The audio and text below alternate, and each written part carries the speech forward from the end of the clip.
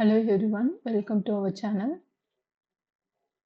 So today நம்ம general studiesல politicsல important questions previous year கேட்ட questions எல்லாமே பார்ப்போம். ஸோ நீங்களும் ட்ரை பண்ணுங்க, நீங்களும் ஆன்சர் பண்ணுறதுக்கு ட்ரை பண்ணுங்க. ஸோ ஃபர்ஸ்ட் கொஷின், பெண்களுக்கான தேசிய ஆணையம் அமைக்கப்பட்டது. ஸோ பெண்களுக்கான தேசிய ஆணையம் எப்போ அமைக்கப்பட்டதுன்னா ஜான்வரி 1992. ஸோ பெண்களுக்கான தேசிய ஆணையம் அமைக்கப்பட்டது ஜான்வரி 1992.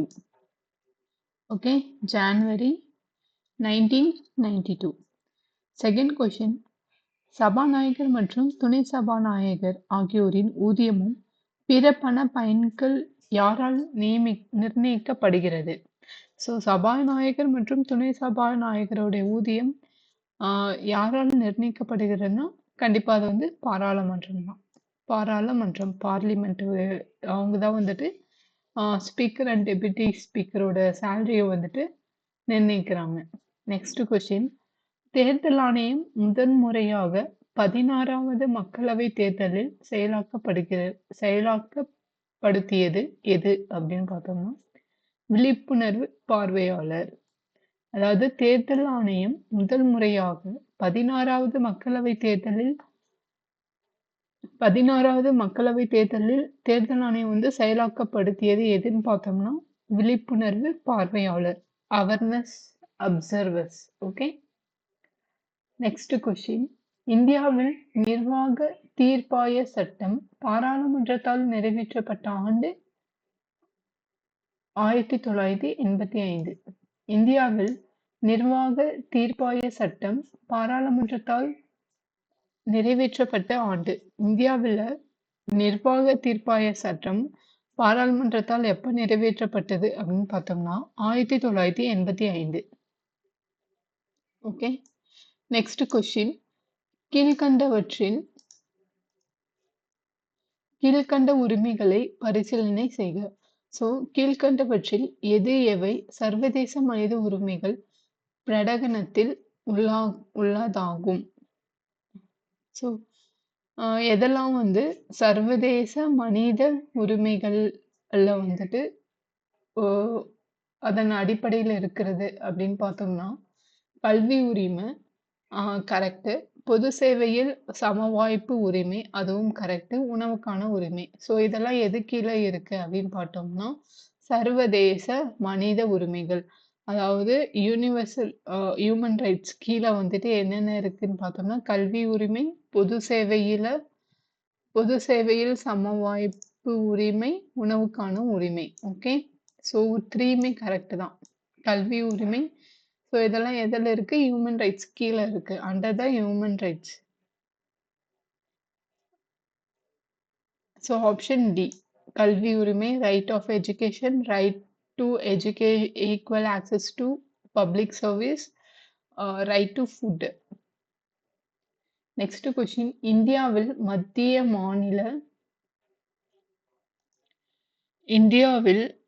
மத்திய மாநில உறவுகளை பற்றி குறிப்பிடும் விதிகளானவை அப்படின்னு பார்த்தோம்னா எந்த ஆர்டிகல் அப்படின்னு பார்த்தோம்னா 245 அண்ட் 293 வரையிலான விதிகள். ஆர்டிகல் 245 to 93, 245 to 93 எதை டீல் பண்ணுதுன்னா centre state relations in India, அதாவது மத்திய மாநில உறவுகளை குறிப்பிடும் ஆர்டிக்கல். இந்தியாவில் மத்திய மாநில, அதாவது சென்டர் ஸ்டேட் ரிலேஷன் குறிப்பிடும் ஆர்டிக்கல் என்னன்னு பார்த்தோம்னா 245 to 293, 245 to 293, 245 to 293.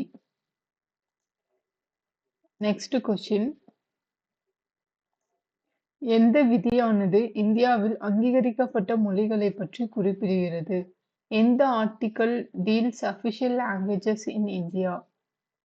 343, article 343, article 343, article 343. எந்த விதியானது இந்தியாவில் அங்கீகரிக்கப்பட்ட மொழிகளை பற்றி குறிப்பிடுகிறது? Which article deals official languages in India? Article 343. Next question. தனது சிறப்பதிகாரத்தை தவறாக பயன்படுத்திய ஆளுநர்கள் யாவர்? தனது சிறப்பு அதிகாரத்தை தவறாக பயன்படுத்திய ஆளுநர்கள் 2 பேர் தான். அவங்க யாருன்னு பார்த்தோம்னா ராம்ராலும் ஜாக் மோகன். ராம்ரால், ஸோ ராமும் மோகனும் நினச்சிக்கோங்க. Ramlal and Jagmohan. Option 2 and 3. Ramlal and Jagmohan.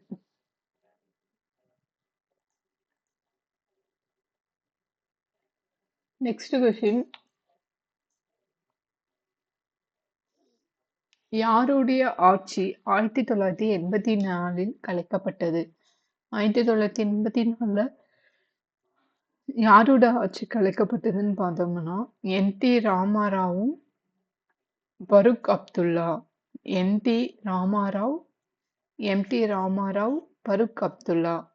So 1984 யாரோட ஆட்சி கலைக்கப்பட்டது அப்படின்னா என்.டி. ராமாராவும் Farooq Abdullah. M D. Ramarao and Farooq Abdullah. So 1984 யாரோட ஆட்சி வந்து கலைக்கப்பட்டது அப்படின்னு பார்த்தோம்னா N T. Ramarao and Farooq Abdullah. Okay.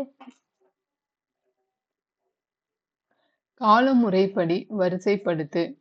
குழந்தை திருமண சட்டம், வரதட்சணை தடை சட்டம், சதி தடை சட்டம், விபாச்சார தடை சட்டம்.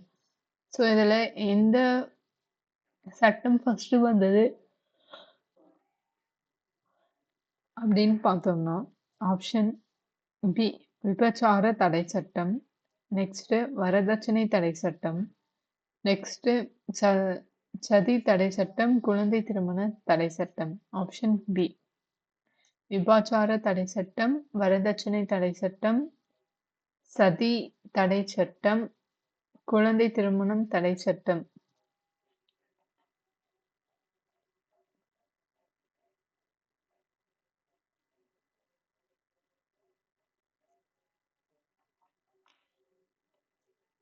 Next question. Which important process of our nation is covered by Part 15 Article 324-29? நம் நாட்டின் அரசியலமைப்பு சட்டத்தில் பகுதி 15 ஷரத் ஆர்டிகல்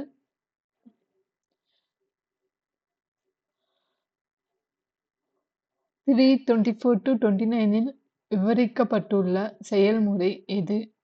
தேர்தல், எலெக்ஷன்ஸ்.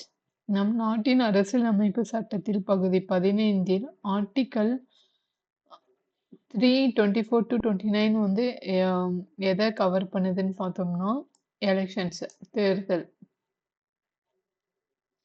நெக்ஸ்ட். இந்திய குடிமகன் என்பதை நிரூபிக்கும் இந்திய அரசாங்கத்தால் இரு மொழிகளில் வழங்கப்படும் ஆவணத்தின் பெயர் என்ன? Yes, we know that passport. இந்திய குடிமகன் என்பதை நிரூபிக்கும் இந்திய அரசாங்கத்தால் இரு மொழிகளில் வழங்கப்படும் ஆவணத்தின் பெயர் என்ன? ஸோ இந்திய குடிமகன்னு இந்தியர்களால் இரு மொழியில வந்து 2 லாங்குவேஜஸ்ல வந்து வழங்குற அந்த ஐடென்டிட்டி பேர் என்னன்னு பார்த்தோம்னா passport. So name the document that is plain உங்கள் official document provided by Government of India to prove citizen identity which is necessary when leaving the country.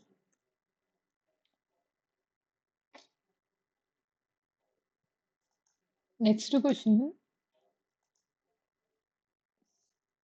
இந்திய அரசியலமைப்பு சட்டத்தில் ஆர்டிகல் 370 எதனை பற்றி குறிப்பிடுகிறது? ஸோ தேர்தல் பார்த்தோம்னா 324-29 இப்போதான் பார்த்தோம் இல்லையா? ஸோ இந்திய அரசியலமைப்பு சட்டத்தில் ஆர்டிகிள் 370 எதை வந்து மென்ஷன் பண்ணுது அப்படின்னு பார்த்தோம்னா, ஜம்மு காஷ்மீர் தன்னாட்சி, autonomous status of Jammu and Kashmir, Jammu காஷ்மீரில் தன்னாட்சி, ஆர்டிகிள் 370 ஜம்மு காஷ்மீர், ஜம்மு காஷ்மீரில் தன்னாட்சி, ஆர்டிகிள் 370 ஜம்மு காஷ்மீரில் தன்னாட்சி. இந்திய குடியுரிமை சட்டம் நிறைவேற்றப்பட்ட ஆண்டு எது? 1955. 1955. ஸோ இந்திய அரசியலமைப்பு சட்டத்தில் 370 எதை குறிப்பிடுனா ஜம்மு காஷ்மீரில் தன்னாட்சி. இந்திய குடியுரிமை சட்டம் எப்போ வந்து நிறைவேற்றப்பட்டது அப்படின்னு பார்த்தோம்னா 1955. இந்திய குடியிருப்பு சட்டம் எப்போ நிறைவேற்றப்பட்டது? 1955. கீழ்கண்டவற்றில் எது இந்திய பாராளுமன்ற அரசாங்கத்தின் சிறப்பு அம்சம் இல்லை? இந்திய பாராளுமன்ற அரசாங்கத்தின் சிறப்பு அம்சம் இல்லை. பெரும்பான்மை கட்சி, கூட்டு பொறுப்பு, ரகசியம் பாதுகாத்தல், இதெல்லாமே கிடையாது. எது வந்து இருக்குன்னு பார்த்தோம்னா அரசியல் பன்முகத்தன்மை, பாலிட்டி ஹெட்ரோஜினிட்டி, அரசியல் பன்முகத்தன்மை. கீழ்கண்டவற்றில் எது இந்திய பாராளுமன்ற அரசாங்கத்தின் சிறப்பு அம்சம் இல்லை? ஸோ இந்திய பாராளுமன்ற அரசாங்கத்தினோட சிறப்பு அம்சம் என்னன்னு பார்த்தோம்னா பெரும்பான்மை கட்சியா இருக்கிறது, கூட்டு பொறுப்பு, ரகசியம் பாதுகாத்தல். பெரும்பான்மை கட்சி, கூட்டு பொறுப்பு, கலெக்டிவ் ரெஸ்பான்சிபிலிட்டி அண்டு ரகசியம் காத்தறிதல். பெரும்பான்மை கட்சினா மெஜாரிட்டி ரூல், கூட்டு பொறுப்புனா வந்து கலெக்டிவ் ரெஸ்பான்சிபிலிட்டி, ரகசியம் காத்தல்னா செக்யூரிட்டி. ஓகே. ஸோ எது இல்லை, அதனோட அம்சம் இல்லைன்னு பார்த்தோம்னா அரசியல் பன்முகத்தன்மை இல்லை. கோவா, டாமன் மற்றும் டையூ மறுசீரக அமைப்பு சட்டத்தின் மூலமாக கோவா மாநிலமாக ஆன ஆண்டு. ஸோ வந்து இதை கோவா, டாமன், டையூ வந்து மறுசீரமைப்பு சட்டம் மூலமா கோவா வந்து ஒரு ஸ்டேட் அப்படின்னு சொல்லிட்டு எப்போ அனௌன்ஸ் பண்ணாங்க அப்படின்னா 1987. Goa conferred a Screwed by the Goa Daman and Diu Reorganization Act in the year 1987. 1987. So Goa conferred a statehood by the Goa Daman Diu Reorganization Act in the year 1987. 1987. Next, இந்த ஆண்டு மக்களாட்சி பரவலை மகாராஷ்டிரா குழு ஏற்படுத்தியது? 1961. இந்த ஆண்டு மக்களாட்சி பரவலை மகாராஷ்டிரா குழு ஏற்படுத்தியது? ஸோ மகாராஷ்டிரா குழு வந்து மக்களாட்சி பரவலை எப்போ ஏற்படுத்துச்சுன்னு பார்த்தோம்னா 1961. எந்த ஆண்டு மக்களாட்சி பரவலை மகாராஷ்டிரா குழு ஏற்படுத்தியது? மக்களாட்சி பரவலை எந்த ஆண்டு மகாராஷ்டிரா குழு ஏற்படுத்தியது? 1961.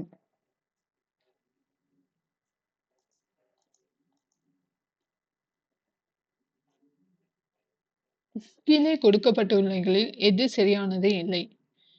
அதாவது கணக்கு மற்றும் தணிக்கைத்துறை தலைவர் ஒவ்வொரு நிதியாண்டும் குடியரசுத் தலைவரிடமும் மாநில ஆளுநரிடமும் தணிக்கை அறிக்கையை அளிக்க வேண்டும். இது வந்து கரெக்ட் தான். ஸோ கணக்கு மற்றும் தணிக்கைத்துறை தலைவர் ஒவ்வொரு நிதியாண்டும் குடியரசுத் தலைவரிடமும் மாநில ஆளுநரிடமும் தணிக்கை அறிக்கையை அளிக்க வேண்டும். It's correct. தணிக்கை அறிக்கைகள் நாடாளுமன்றத்தில் மட்டும் தாக்கல் செய்ய வேண்டும்.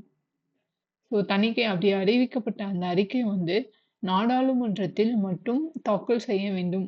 மாநில சட்டப்பேரவைகளில் அறிக்கை தாக்கல் செய்ய தேவையில்லை. ஸோ இது வந்து ராங். ஸோ மாநில சட்டப்பேரவையில் அறிக்கையை வந்து தாக்கல் செய்யணும், நாடாளுமன்றத்தில் மட்டும் தாக்கல் செய்ய வேண்டும். மாநில சட்டப்பேரவைகளில் அறிக்கை தாக்கல் செய்ய தேவையில்லை. So this one is wrong.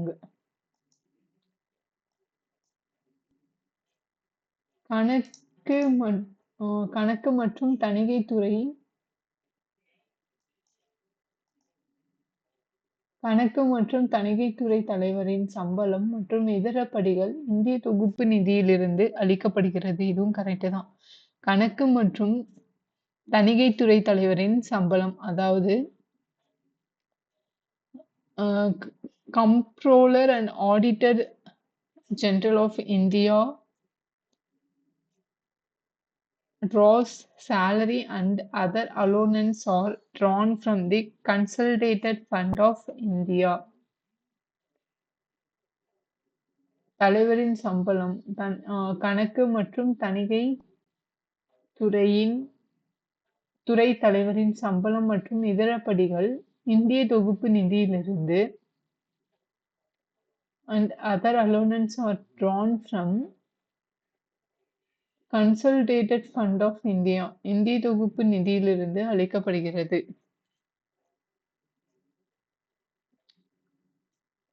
Option C is wrong one. Option C is wrong. Sorry, option D. Option D is wrong one.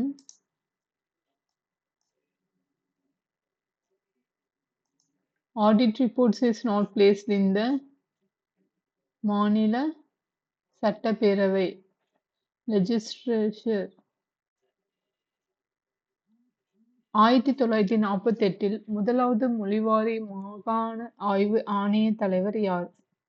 1948 முதலாவது மொழிவாரி linguistic மாகாண proficiency commission was headed by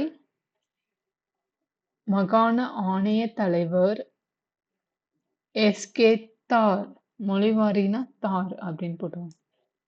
SK. தார்.